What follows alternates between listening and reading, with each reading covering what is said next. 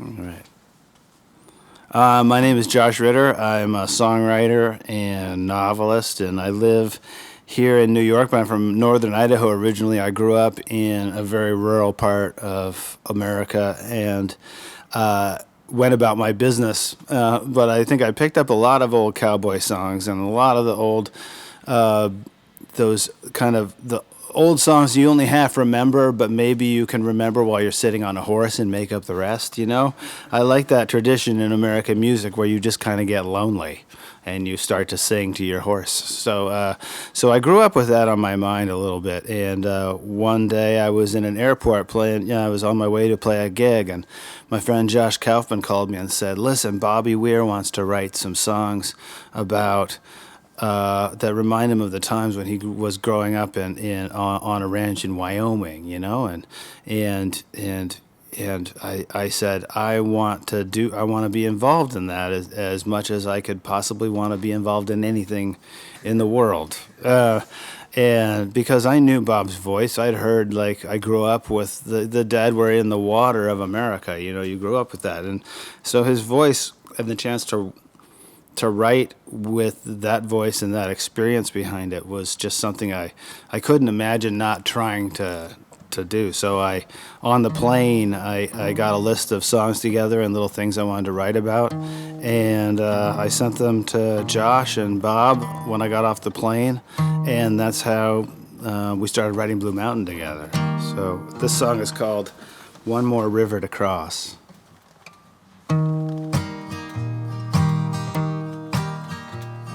The Chacos, the Brazos, the wide Rio Grande, one more river to cross.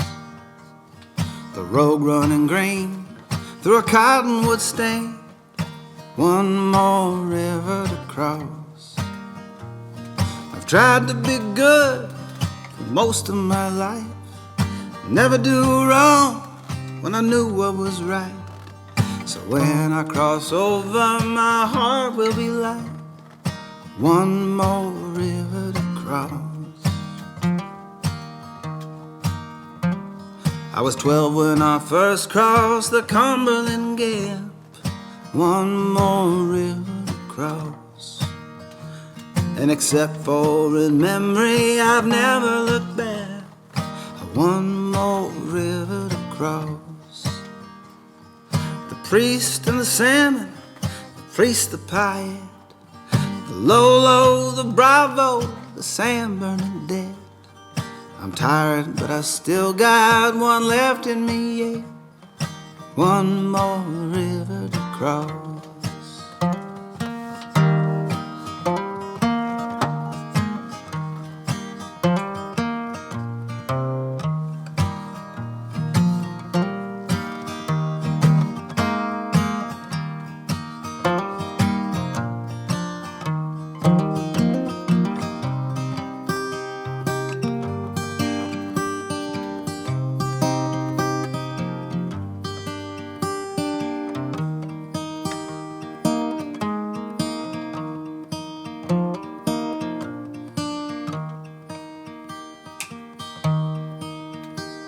My one true companion is carrying me, one more river to cross.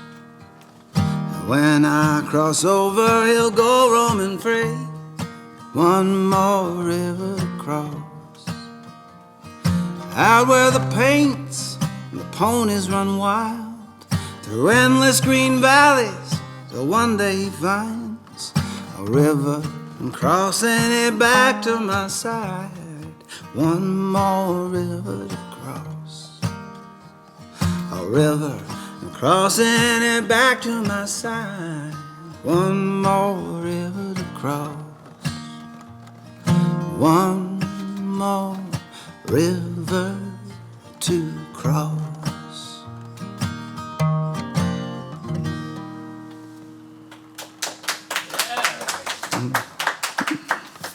Like we were talking about just before I started playing, like the songs go all kinds of crazy places. And I've always heard that, and I never really took it on because when I first got started, I had a CD that I would sell after my open mics, and that was the CD where I could have some money to get the gasoline to drive home from the open mic or whatever you got, and so I never thought about people actually listening to the music, It was, to me, it was a way to get home, and but songs over that time have traveled, and one of them that was an example of that was this song called "One More River to Cross." Oh, sorry, it's called "Only a River," which is a song I wrote when I was 19, and I remember writing it in a stairwell, and tried to record it several times over the course of the last 20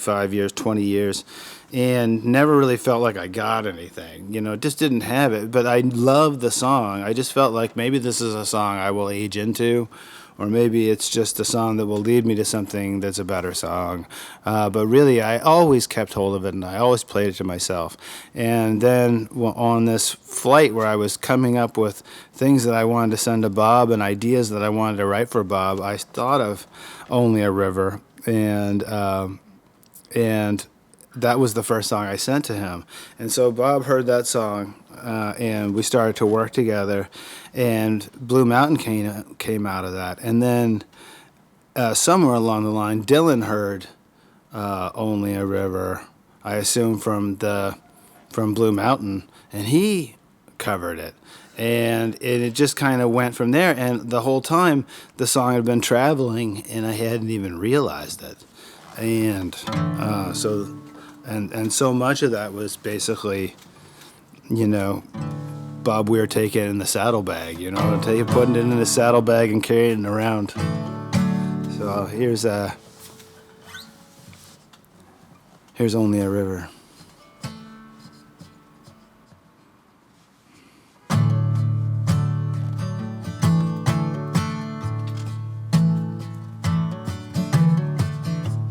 I was born in the mountains.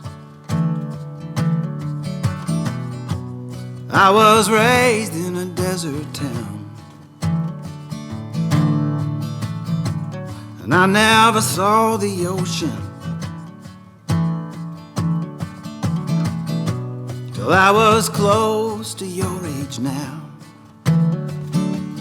Oh, Shenandoah, I long to see you.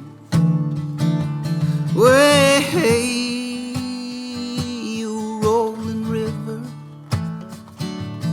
Oh, Shenandoah, I long to see you.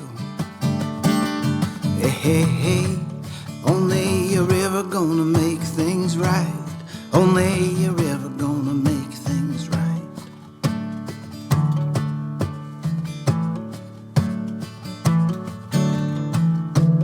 Going back to my hometown. The ground is hard and the county's dry, but I'm gonna get my fill somehow. On rivers of corn and wheat and rye. Oh, Shenandoah, I long to see you. Way, you rolling river. Oh, Shenandoah, I long to see you. Hey, hey, hey, only a river gonna make things right. Only a river gonna make things right.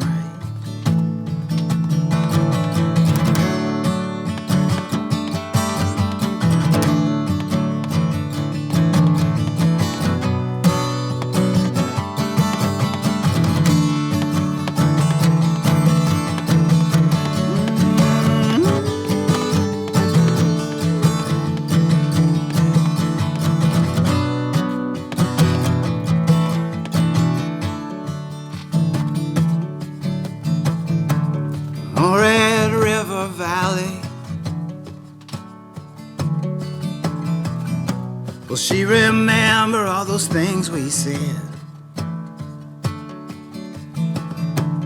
Do you think she'll remember me? And our nights in the riverbed. Oh, Shenandoah, I long to see you. Way, you rolling river. Oh, Shenandoah, I long to see you. Hey, hey, hey, only you're ever gonna make things right. Only you're ever gonna make things right. Only you're ever gonna make things right. Only you're ever gonna make things right.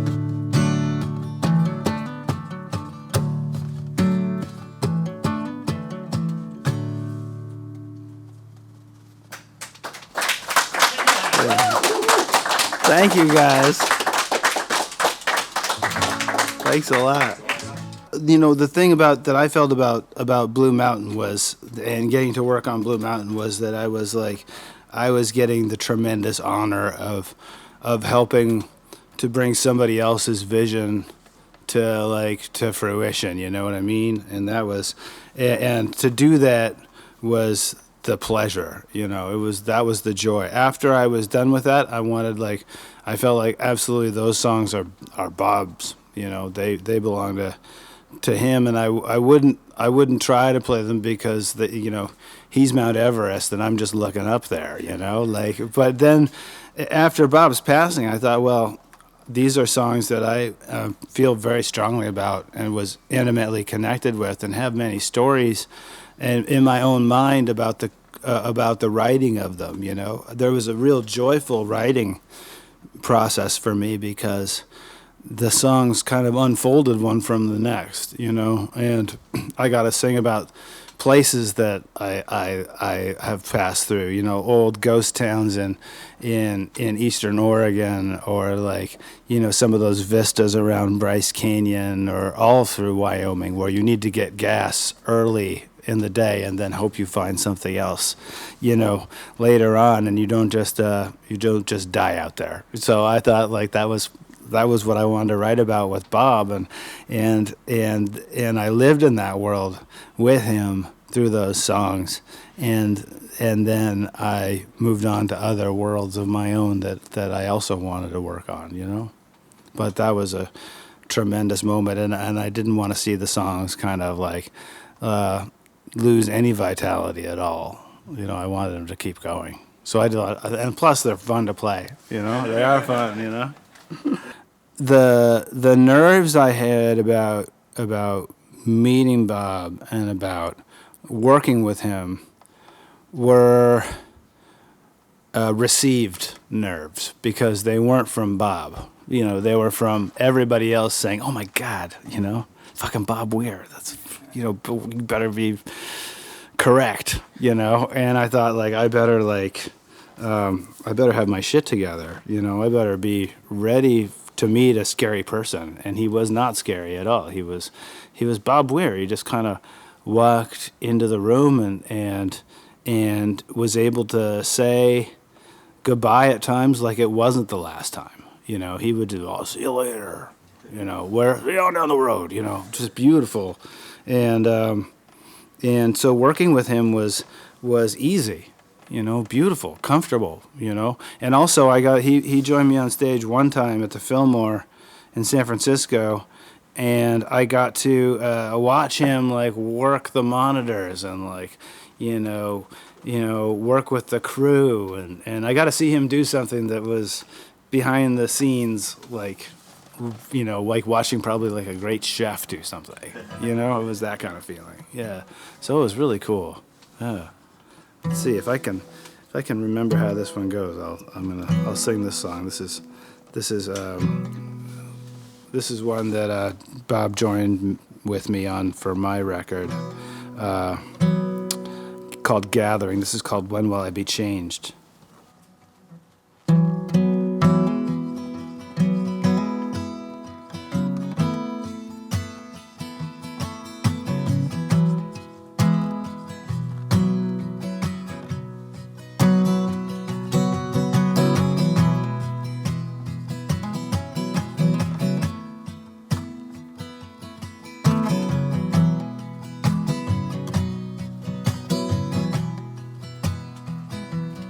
I've been told there is a power in the blood.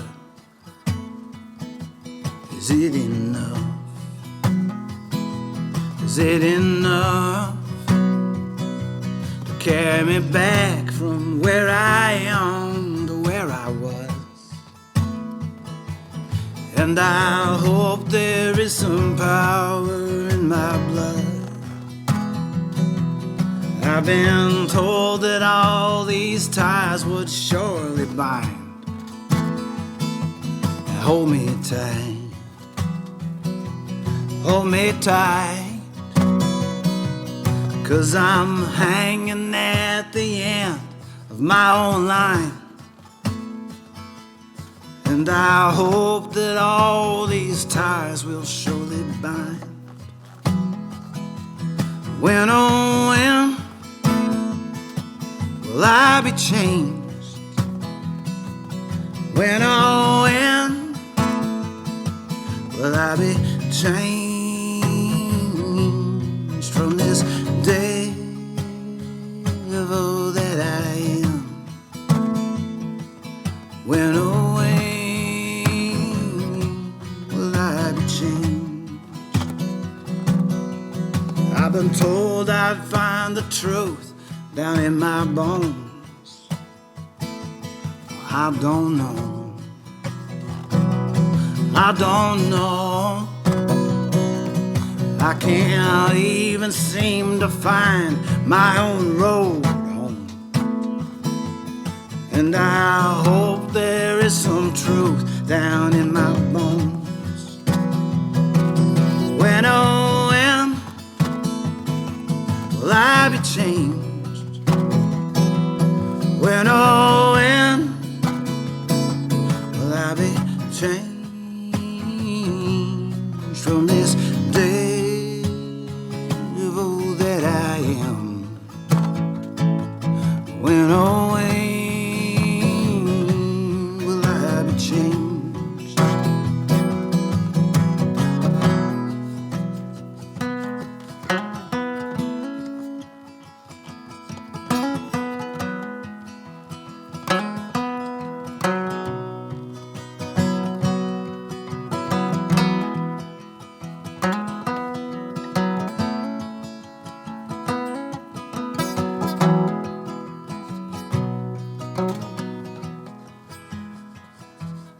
Oh, I hope that in this green and peaceful nest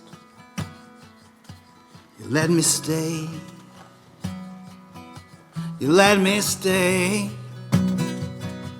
'Cause even a poor serpent needs a place to rest for a while as he is waiting to be changed. When, oh, when will I be changed? When, oh, when will I be changed from this devil that I am? When, oh, when will I be changed? When, oh, when will I be changed? When, oh, when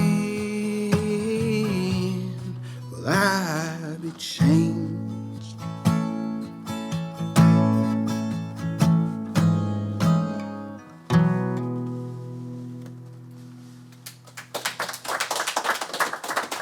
Thank you guys. Thanks a lot. Cool. You didn't realize it any either, but you know it's been sitting here the whole time. You see this guitar? You see sign Oh, yeah. there it is. You're in the right place, right? Fuck yeah. That's awesome. You want to do something from another one from your album? Sure, yeah. I'll do one. On that, yeah. I'll do Josh one. Ritter. Yeah. All right. This song is called Truth is a Dimension, both invisible and blinding.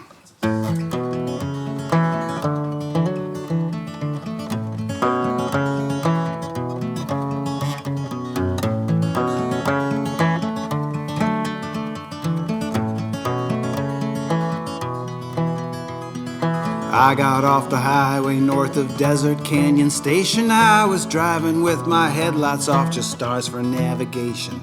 My telescope, my notes, my ham sandwiches and coffee. Sometimes you must be all alone, there ain't no way to not be. I was thinking about Tanya and how things had rearranged and everything had gone full circle. We were back to being strangers. She was with a man named Neil now, that's all I knew about him. But I was happy she was happy, real happy that she found him.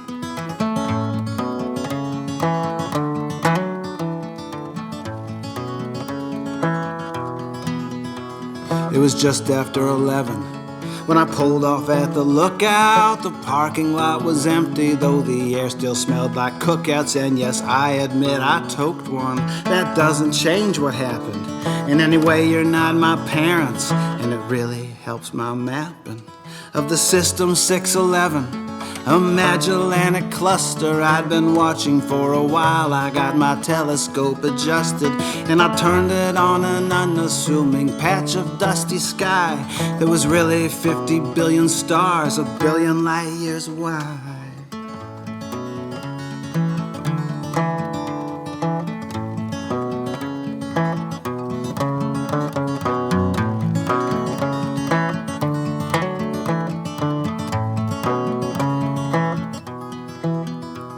And then all at once it felt as if time had been suspended, and a vision poured into me like a bottled manna bandit. I was filled with revelation, both infinite and finite, that filtered down the telescope and coated in the starlight. It said truth is not immutable, itself is a dimension.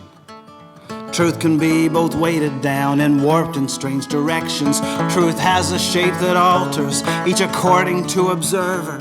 Sometimes you must be close to it, sometimes you must be further. Truth can bend and truth can break, depends on how you ask it. It frays or it may blaze out at some Paul bound for Damascus. And it sometimes gets mistook for God, sometimes for its servant. It both exists and doesn't, like a star that's not observed yet. Which all at once returned my thoughts to System 611, still twinkling down the telescope into my mind from heaven. And I stood there looking upward as the darkness turned to dawn, and received that strange transmission till finally it was gone.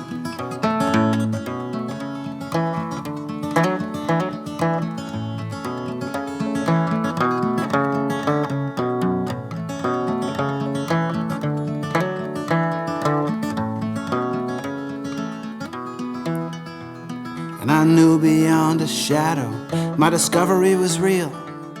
But the person that I longed to tell was sound asleep with Neil in some parallel dimension. Maybe Tanya was still mine, but in this one she loved someone else. That left me to search the sky.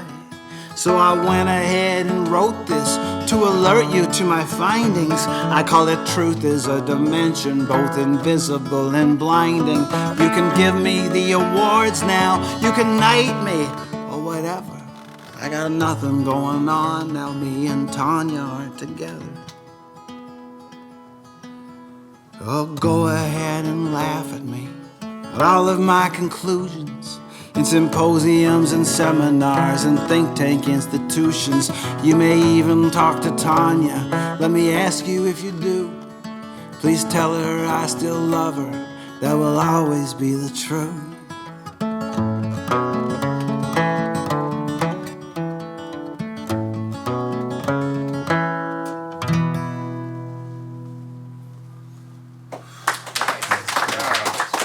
Thank you guys. Thank you. Thanks for having me. It's awesome. Yeah. Thanks a lot.